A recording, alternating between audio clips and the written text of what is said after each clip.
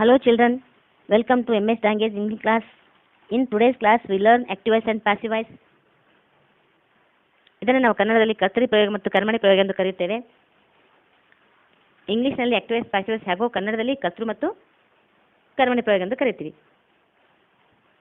Active voice means that a sentence has a subject that acts upon its verb. For example, Rama tells a good story. Active ವಾಯ್ಸ್ನಲ್ಲಿ ಕರ್ತೃ ಪ್ರಧಾನ ವಾಕ್ಯವನ್ನು ಕರ್ತರಿ ಪ್ರಯೋಗ ಎಂದು ಹೇಳ್ತೀವಿ. ಯಾಕಂದರೆ ಇಲ್ಲಿ ಸಬ್ಜೆಕ್ಟಿಗೆ ಅಂದರೆ ಕರ್ತೃ ಅಥವಾ ಕೆಲಸ ಮಾಡುವವನಿಗೆ ಪ್ರಾಧಾನ್ಯತೆ ನೀಡುವುದಾಗಿದೆ. ಆ ಕರ್ತೃವಿಗೆ ಪ್ರಾಧಾನ್ಯ ನೀಡುವಾಗ ಅಲ್ಲಿ ಕರ್ತರಿ ಪ್ರಯೋಗ ನಡೆದಿದೆ ಎಂದು ನಾವು ಹೇಳ್ತೀವಿ. ಪ್ಯಾಸಿವ್ ವಾಯ್ಸ್ನಲ್ಲಿ ಏನಾಗುತ್ತೆ ಅಂದರೆ ಕರ್ಮಣಿ ಪ್ರಯೋಗಕ್ಕೆ ಇಂಪಾರ್ಟೆನ್ಸ್ ಕೊಡ್ತೀವಿ ಅಂತ. ಯಾಕಂದರೆ ಯಾವ ವಸ್ತುವಿನ ಸಲುವಾಗಿ ಕೆಲಸ ನಡೆದಿದೆಯೋ ಆ ವಸ್ತುವಿಗೆ ಪ್ರಾಮುಖ್ಯತೆ ಅಥವಾ ಪ್ರಾಧಾನ್ಯತೆ ನೀಡುವುದು ಇಲ್ಲಾಗಿದೆ ಅಂತ. ಯಾಕಂದರೆ ಕರ್ಮಣಿ ಪ್ರಯೋಗ ಮಾಡುವಾಗ ಕರ್ತೃ ಅಜ್ಞಾತನಾಗಿರ್ತಾನ ಅಂತ. ಇಲ್ಲಿ ಕರ್ತೃ ಏನಾಗಿರ್ತಾನೆ ಅಂದರೆ ರಿಸಿಪಿಯೆಂಟ್ ಆಗಿ ಇರ್ತಾನ. ಯಾಕಂದರೆ ಕರ್ಮಣಿ ಪ್ರಯೋಗದಲ್ಲಿ ನಾವು ಆಬ್ಜೆಕ್ಟ್ ಇಂಪಾರ್ಟೆನ್ಸ್ ಕೊಡ್ತೀವಿ ಅಂತ. ಫಾರ್ ಎಕ್ಸಾಂಪಲ್ ನೋಡಿದಿರಿ ಮೇಲ್ಗಡೆ Rama tells A good story ಅಂತ ಹೇಳಿದ್ದೀನಿ. ರಾಮ ಕರ್ತೃ ಆಗಿರ್ತಾನೆ, ಗುಡ್ ಸ್ಟೋರಿ ಆಬ್ಜೆಕ್ಟ್ ಆಗಿರ್ತದೆ ಅಂತ. ಇಲ್ಲಿ ಏನು ಮಾಡ್ತೀವಿ ನಾವು ಆ ಗುಡ್ ಸ್ಟೋರಿ ಇಂಪಾರ್ಟೆನ್ಸ್ ಕೊಟ್ಟು ಫಸ್ಟಿಗೆ ಹೇಳ್ತೀವಿ a good story is a told by Rama ಅಂತಿಕೊಂಡು. ಅಂದರೆ ಒಂದು ಒಳ್ಳೆ ಕತೆ ರಾಮನಿಂದ ಹೇಳಲ್ಪಟ್ಟಿತು ಅಂತ. ಒಂದು ಒಳ್ಳೆ ಕತೆಗೆ ಪ್ರಾಧಾನ್ಯತೆ ಕೊಟ್ಟಾಗ ಪ್ಯಾಸಿವ್ ವಾಯ್ಸ್ ಆಗಿ ಕೆಲಸ ಮಾಡ್ತದೆ ಅಂತ. ಹೀಗೆ ಕರ್ತೃ ಮತ್ತು ಕರ್ಮಣಿ ಪ್ರಯೋಗ ಮಾಡುವಾಗ ಕೆಲವೊಂದು ರೂಲ್ಸ್ಗಳನ್ನು ನಾವು ಅನುಸರಣೆ ಮಾಡಬೇಕಾಗತ್ತಾ ಅಂತ. ಆ ರೂಲ್ಸ್ ಯಾವ್ಯಾವು? First one, passive voice of a verb is formed by using the past participle or V3 form of the verb after using be form was like a is eaten, was eaten, etc. ಕರ್ತರಿ ಪ್ರಯೋಗದ ವಾಕ್ಯವನ್ನು ಕರ್ಮಣಿ ಪ್ರಯೋಗಕ್ಕೆ ಬದಲಾಯಿಸುವಾಗ ಕ್ರಿಯಾಪದದ past participle ನಾವು V3 ಅಂತ ಕರಿತೀವಿ third form ಬಳಕೆ ಆಗ್ತದೆ ಅಂತ. ಹಾಗೂ ಇದರ ಮೊದಲಿಗೆ ಸಹಾಯಕ ಕ್ರಿಯಾಪದದ ಬಿಯ ಉಳಿದ ರೂಪಗಳು ಪರವಾಗ್ತವ ಅಂತ. Then second one, the object of the word in the active voice and takes place of the subject in the passive voice, and the subject of the active voice occupies the position of the object in the passive voice. ಕರ್ಮಣಿ ಪ್ರಯೋಗಕ್ಕೆ ವಾಕ್ಯವನ್ನು ನಾವು ಬದಲಾಯಿಸುವಾಗ ಕರ್ತರಿ ಪ್ರಯೋಗದ ಕರ್ತೃಪದವು ಕರ್ಮಣಿ ಪ್ರಯೋಗದ ಕೊನೆಯಲ್ಲಿಯೂ ಕರ್ತರಿ ಪ್ರಯೋಗದ ಕರ್ಮಪದವು ಕರ್ಮಣಿ ಪ್ರಯೋಗದಲ್ಲಿಯೂ ಮೊದಲಿಗೆ ಬರ್ತದ ಅಂತ. Then third one, the word by means proportion is mostly used before the object in the passive voice. If the verb is followed by preposition, the same is used before by. ಕರ್ಮಣಿ ಪ್ರಯೋಗದಲ್ಲಿ ಕ್ರಿಯಾಪದದ ನಂತರ ಕರ್ಮಪದದ ಮೊದಲಿಗೆ by ಎಂಬ ಉಪಸರ್ಗಾವ್ಯಯ ಸಾಮಾನ್ಯವಾಗಿ ಉಪಯೋಗ ಮಾಡ್ತೀವಿ. ಒಂದು ವೇಳೆ ಇದಕ್ಕೂ ಮುಂಚೆ ಇನ್ನೊಂದು ಉಪಸರ್ಗ ಬಳಸಲ್ಪಟ್ಟಿದ್ರೆ ಆ ಉಪಸರ್ಗದ ನಂತರದಲ್ಲಿ ಬೈಯನ್ನು ಬಳಸಬೇಕು ಅಂತ. The next one, if the verb has two objects in the active voice, the sentence can be change into two ways by using any one of the objects as the subjects in the passive voice. ಕರ್ತರಿ ಪ್ರಯೋಗದ ವಾಕ್ಯದಲ್ಲಿ ಒಂದು ವೇಳೆ ಎರಡು ಕರ್ಮಪದಗಳಿದ್ದಲ್ಲಿ ಯಾವುದಾದ್ರೂ ಒಂದು ಕರ್ಮಪದವನ್ನು ಬಳಸಿಕೊಂಡು ಕರ್ಮಣಿ ಪ್ರಯೋಗದ ವಾಕ್ಯವನ್ನು ನಾವು ಮಾಡ್ತೀವಿ. Then personal pronouns change their forms when they change their position from that of the subject to the that of the object ಅಂತ. ವ್ಯಕ್ತಿವಾಚಕ ಸರ್ವನಾಮ ಅಂತ ಕರಿತೀವಿ. ಅವು ಕರ್ತರಿ ಪ್ರಯೋಗದ ಕರ್ತೃಪದವಾಗಿ ಬಳಸುವ ರೂಪದಿಂದ ಕರ್ಮಣಿ ಪ್ರಯೋಗ ಅಂದರೆ ಪ್ಯಾಸಿವ್ ವಾಯ್ಸ್ ಮಾಡುವಾಗ ಅಲ್ಲಿ ಬದಲಾದಾಗ ಏನಾಗುತ್ತೆ ಅಂದರೆ ಕೆಳಗಿನ ರೂಪ ಪಡಿತವ. ಕೆಳಗಿನ ರೂಪ ಅಂದ್ರೆ ಏನು? ಆ ಇದ್ರೆ ಮೀ ಆಗುತ್ತಾ, ಸಬ್ಜೆಕ್ಟ್ ಆಯಿತು ಅಂದ್ರೆ ಮೀ ಆಬ್ಜೆಕ್ಟ್ ಆಗಿ ಕನ್ವರ್ಟ್ ಆಗ್ತಾ ಅಂತ. ವಿ ಇದ್ರೆ ಅಸ್ ಅಂತ ಮಾಡ್ತೀವಿ, ಯು ಇದ್ರೆ ಯು ಮಾಡಬೇಕು, ಹಿ ಇದ್ರೆ ಹಿಮ್ ಮಾಡಬೇಕು, ಸಿ ಇದ್ರೆ ಹರ್ ಮಾಡಬೇಕು, ಇಟ್ಟಿದ್ರೆ ಇಟ್ಟಾಗಿ ಉಳಿತೈತಿ. Then they changes to them ಅಂತ. Then next one, the passive form of the present perfect continuous tense, past perfect continuous tense, future perfect continuous tense and future continuous tense are avoided than used ಅಂತ. ಅಂದರೆ ಪರಿಪೂರ್ಣ ಅವಿರತ ವರ್ತಮಾನ ಕಾಲ, ಪರಿಪೂರ್ಣ ಅವಿರತ ಭೂತಕಾಲ ನಾವು ಪೂರ್ಣಾಪೂರ್ಣ ಅಂತ ಕರಿತೀವಿ, ಅದು ಅವಿರತ ಅಂದಾಗ ಪರಿಪೂರ್ಣ ಅವಿರತ ಭವಿಷ್ಯತ್ ಕಾಲ ಹಾಗೂ ಸರಳ ಅವಿರತ ಭವಿಷ್ಯತ್ ಕಾಲದ ವಾಕ್ಯಗಳನ್ನ ಕರ್ಮಣಿ ಪ್ರಯೋಗದ ವಾಕ್ಯವನ್ನಾಗಿ ಅಂದರೆ ಪ್ಯಾಸಿವ್ ವಾಯ್ಸ್ ಮಾಡಬೇಕಾದಾಗ ಅವು ವಾಕ್ಯಗಳನ್ನಾಗಿ ಬದಲಾಯಿಸಬೇಕಾದಾಗ ಅದನ್ನು ಮಾಡಬಹುದಾದರೂ ಸಹಿತ ಅವುಗಳನ್ನು ನಾವು ಬಳಸುವುದು ರೂಢಿಯಲ್ಲಿಲ್ಲ ಅಂತ.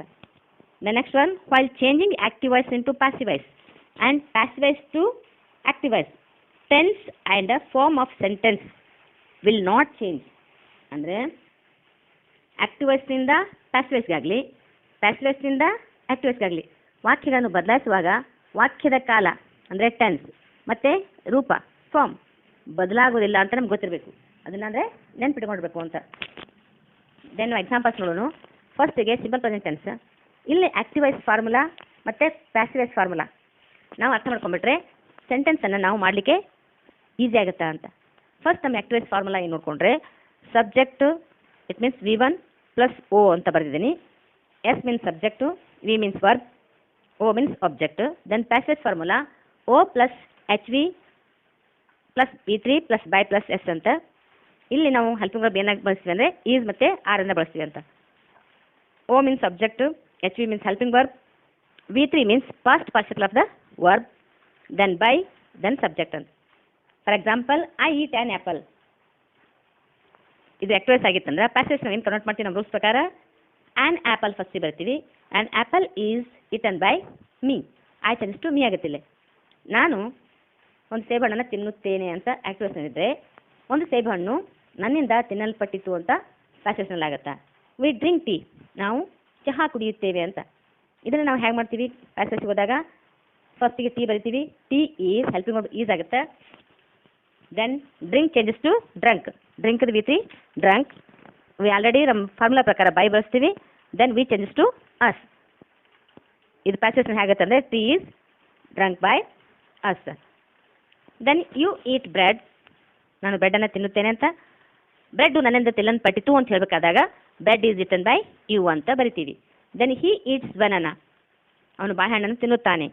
ಬಾಳೆಹಣ್ಣು ಅವನಿಂದ ತಿನ್ನಲ್ಪಟ್ಟಿತು ಅಂತ ನಾವು ಪ್ಯಾಸಿವ್ ವಾಯ್ಸ್ ಮಾಡಬೇಕಾಗತ್ತಾ. ಬಾಳೆಹಣ್ಣು ಫಸ್ಟ್ ಬರ್ತೀವಿ, ಬನಾನಾ ಹೆಲ್ಪಿಂಗ್ ವರ್ಬ್ ಈಸ್ ಬಳಸ್ತೀವಿ. ಈಟ್ V3 ಈಟನ್ ಆಗುತ್ತಾ.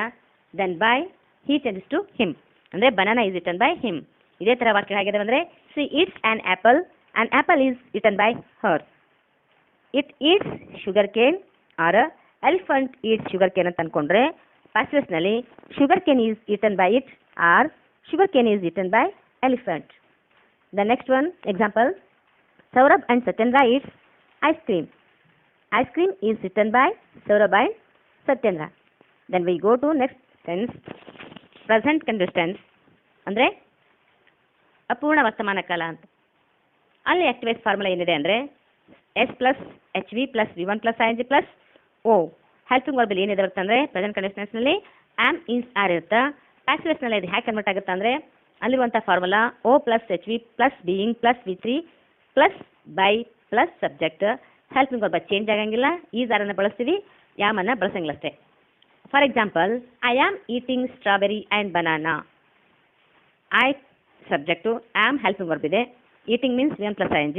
ಸ್ಟ್ರಾಬೆರಿ ಆ್ಯಂಡ್ ಬನಾನಾ ಇದು ಆಬ್ಜೆಕ್ಟ್ ಆಗಿರುತ್ತೆ ಅಂತ. ಫಸ್ಟ್ ಏನು ಬರ್ತೀವಿ strawberry and banana.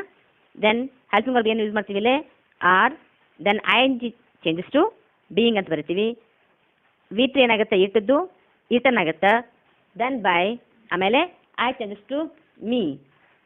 Strawberry and banana are being eaten by me ಅಂತ ಇದನ್ನು ನಾವು ಪ್ಯಾಸಿವ್ ವಾಯ್ಸ್ನಲ್ಲಿ ಮಾಡ್ತೀವಿ. Then we are building the house. The house is being built by us. The next one example, you are playing cricket. Cricket is being played by you. The next one example, Raju is buying sweet. Sweet is being bought by Raju. Rani is feeding the dogs. The dogs are being fed by Rani. Another example, the lion is catching the deer. The deer is being caught by lion. The peon is opening the palace gate. The palace gate is being opened by the peon. ಈ ರೀತಿಯಾಗಿ ನಾವು present ಕಂಡೀಷನಲ್ಲಿ active voice ಅನ್ನು passive voice ಆಗಿ ಮಾಡ್ತೀವಿ. Then we goes to present perfect tense. ಇಲ್ಲಿರುವಂಥ active voice formula S plus HV ಅಂದರೆ helping verb have has ಬರುತ್ತಿಲ್ಲ.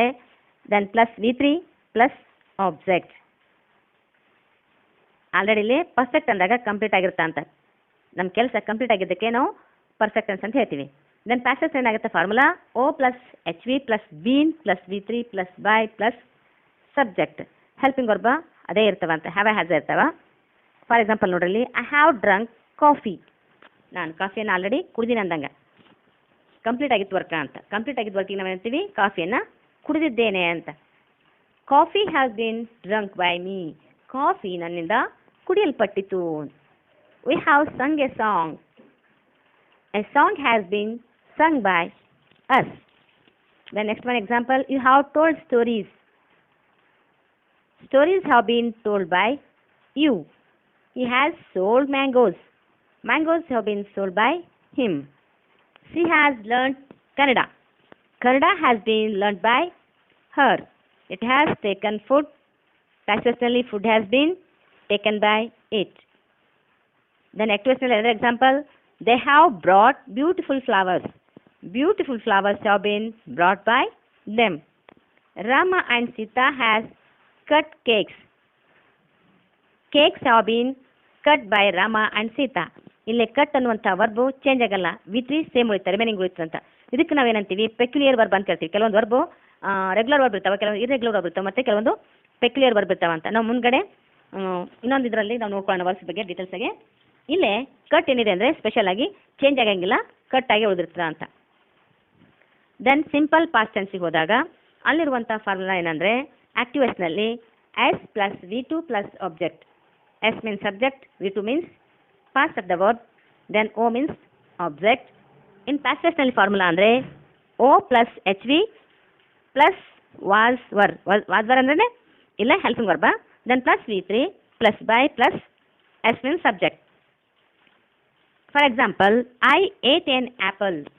I ate an apple andre it is the past tense ate andre verb ದು V1 verb present verb past ಏನಾಗುತ್ತಾ ate ಆಗುತ್ತಾ. ಇಲ್ಲಿ ನಾವು past tense ಮಾಡಬೇಕಾದಾಗ on apple object ಫಸ್ಟಿಗೆ ಬರ್ತೀವಿ ನಮ್ಮ ರೂಲ್ಸ್ ಪ್ರಕಾರ, ದೆನ್ ಹೆಲ್ಪಿಂಗ್ ವರ್ಬ್ ವಾಸ್ದಾಗ ಉಳಿತೈತಿ. ಫಾರ್ಮುಲಾ ಪ್ರಕಾರ V3 ಆಗುತ್ತೆ, ಯಾವುದು ಏಟ್. ನೀವು ಇನ್ನೊಂದು ನಿಮ್ಮ ತಲೆಯೊಳಗೆ ಇರಬೇಕೇನು ಅಂದ್ರೆ ಯಾವಾಗಲೂ ಪ್ಯಾಸೇಜ್ಗಳಿಗೆ V3ನೇ past participle of the verb ಬಂದೇ ಬರುತ್ತಾ ಅಂತ ನೆನ್ಪಿಟ್ಬೇಕು. V1 ಇರಲಿ, V2 ಇರಲಿ, ಈವನ್ ಕಂಡೀಷನ್ಸ್ ಇರುವಂಥ ವರ್ಬ್ ಇರಲಿ, ಯಾವುದೇ ಫಾರ್ಮ್ನಲ್ಲಿ ವರ್ಬ್ ಇದ್ರೂ ಸಹಿತ ಅದು V3 ಆಗಿ ಇರ್ತದೆ ನಾವು ಇವಾಗ ಪ್ಯಾಸೇಜ್ ಮಾಡಬೇಕಾದಾಗ ಅಂತ. ಹಾಗಾಗಿ ಇಲ್ಲಿರುವಂಥ ಏಟ್ ಏನಾಗುತ್ತಾ V3 ಆಗುತ್ತಾ. Then by, then plus subject ಏನು ಬರ್ತೀವಿ, ಐ ಚೇಂಜಸ್ ಟು ಮೀ ಅಂತ ಬರ್ತೀವಿ. And apple was eaten by me. Then other example, we drank coffee. ನಾವು ಕಾಫಿಯನ್ನು ಕುಡ್ದೀವಿ ಅಂತ. Coffee was drunk by us. Then you pluck the flowers. ನೀವು ಹೂಗಳನ್ನು ಕಿತ್ಕೊಂಡಿದ್ದೀರಿ. Flowers were plucked by you. ಹೂಗಳು ನಿಮ್ಮಿಂದ ಕೀಳಲ್ಪಟ್ಟು. He typed a letters. Letters were typed by him. She took Android mobile. Android mobile was taken by her. Then another example, the cat killed the mouse. In passive voice, the mouse was killed by the cat. Then another example, they taught us grammar. Taught us by them, ಅಥವಾ we were taught the grammar by them. ಇದೇನಾಗುತ್ತೆ ಅಂದರೆ they taught us grammar. ಅವರು ನಮಗೆ ಗ್ರಾಮರನ್ನು ಕಲಿಸಿದ್ರು ಅಂತ. The grammar was ಟಾಟಸ್ by ದಮ್ ಅಂದಾಗ ವ್ಯಾಕರಣಾಂಶವು ಅವರಿಂದ ನಮಗೆ ಕಲಿಸಲ್ಪಟ್ಟಿತು ಅಂತಲೂ ಮಾಡಬಹುದು, ಅಥವಾ ನಾವು ಗ್ರಾಮರ್ ಅಂಶವನ್ನು ಅವರಿಂದ ಕಲಿಸಲ್ಪಟ್ಟೆವು ಅಂತಲೂ ಹೇಳ್ಬೋದು. ದೆನ್ ಪಾಸ್ಟ್ ಕಂಟಿನ್ಯೂಸ್ ಟೆನ್ಸ್ನಲ್ಲಿ ಆಕ್ಟಿವ್ಸ್ ಮತ್ತು ಪ್ಯಾಸಿವ್ಸ್ ಹ್ಯಾಕ್ ಕನ್ವರ್ಟ್ ಮಾಡಬೇಕು ಅಂದರೆ ಇಲ್ಲಿರುವಂಥ formula subject plus helping verb plus V1 plus ING plus object. ಇಲ್ಲಿ ಹೆಲ್ಪಿಂಗ್ ವರ್ಬ್ ಪಾಸ್ಟ್ ಕಂಟಿನ್ಯೂಸ್ನಲ್ಲಿ ವಾಸ್ ಮತ್ತು ವರ್ಬ್ ಬರುತ್ತೆ. ಪ್ಯಾಸಿವ್ಸ್ನಲ್ಲಿ formula object plus helping verb plus being plus V3 plus by plus subject. ಇಲ್ಲಿರುವಂಥ ಹೆಲ್ಪಿಂಗ್ ವರ್ಬ್ ಏನಂದರೆ was ಮತ್ತು were ಬರುತ್ತೆ. For example, I was explaining the lesson. ಇಲ್ಲೇ ಪ್ರೆಸೆಂಟ್ ಇದ್ದಾಗ ಆಮಿಜಾರನ್ನು ಬಳಸ್ತೀವಿ. ಫಾಸ್ಟ್ ಬಂದಾಗ ಏನು ಬರ್ತೀವಿ, ಇಲ್ಲೇ ವಾಸ್ ಅಂತ ಬಳಸಿ, ವಾಸ ಬರೋದು ಹೆಲ್ಪಿಂಗ್ ವರ್ಬ. ಉಳಿದೆಲ್ಲ ಫಾರ್ಮುಲಾ ಸೇಮ್ ಇರುತ್ತೆ ಅಂತ. ಏನಿರ್ತದ ಓನ್ಲಿ ಹೆಲ್ಪಿಂಗ್ ವರ್ಬ್ ಚೇಂಜ್ ಆಗುತ್ತೆ. I was explaining the lesson was being explained by me. The next one, we were learning the lesson was being learned by us. Then another example, you were waiting for the classmates. The classmates were being waited by you. The next one, he was taking an Android mobile. An Android mobile was being taken by him. Then another example, she was asking the question in the office room. ಅವಳು office ರೂಮ್ನಲ್ಲಿ ಪ್ರಶ್ನೆಯನ್ನು ಕೇಳ್ತಾ ಇದ್ದಳು, ಯಾಕಂದರೆ past already. Then the question was being asked by her in the office room. ಆ ಪ್ರಶ್ನೆ ಅಂದರೆ ಅವಳಿಂದ ಪ್ರಶ್ನೆ ಏನಾಗಿತ್ತು ಆಫೀಸ್ನಲ್ಲಿ. ಆ ಪ್ರಶ್ನೆ ಆಫೀಸ್ ರೂಮ್ನಲ್ಲಿ ಅವಳಿಂದ ಕೇಳಲ್ಪಟ್ಟಿದ್ದಿತು ಅಂತ ಅರ್ಥ. It was struggling for the enemies. The enemies was being struggled by it. Then they were watching the news. News was being watched by them. The next one example, Raju and Rani were reading a novel. A novel was being read by Raju and Rani. Let's continue in next video.